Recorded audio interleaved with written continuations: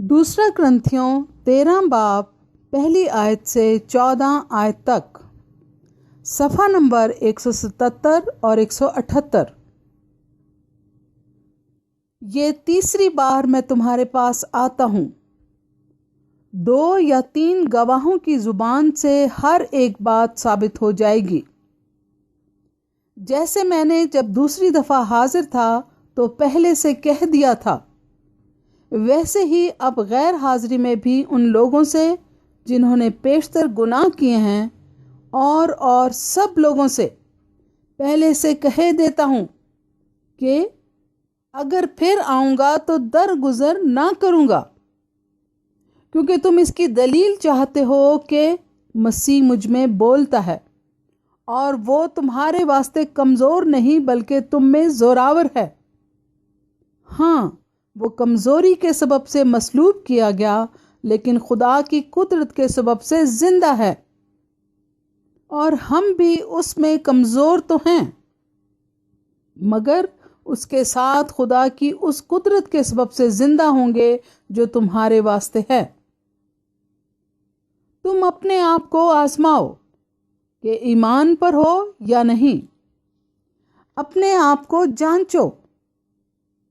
क्या तुम अपनी बाबत ये नहीं जानते कि यीशु मसीह तुम में है, वरना तुम नामकबूल हो।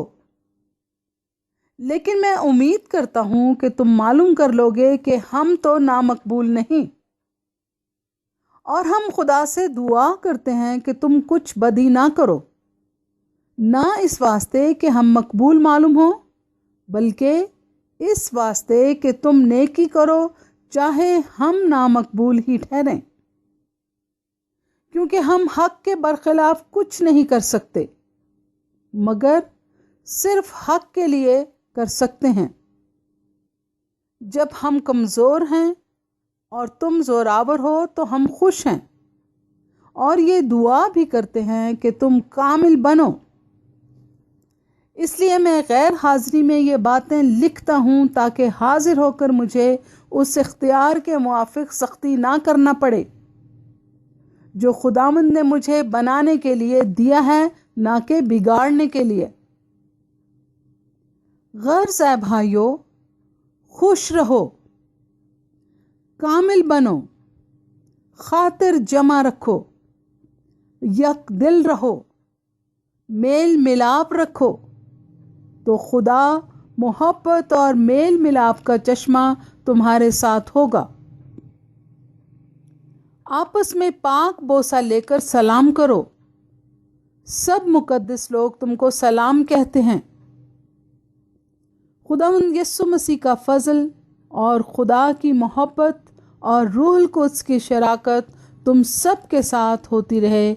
आमीन। कलाम मुकद्दस के पढ़े और सुने जाने के वसीला से सब सुनने वालों को बहुत बरकत मिले। आमीन।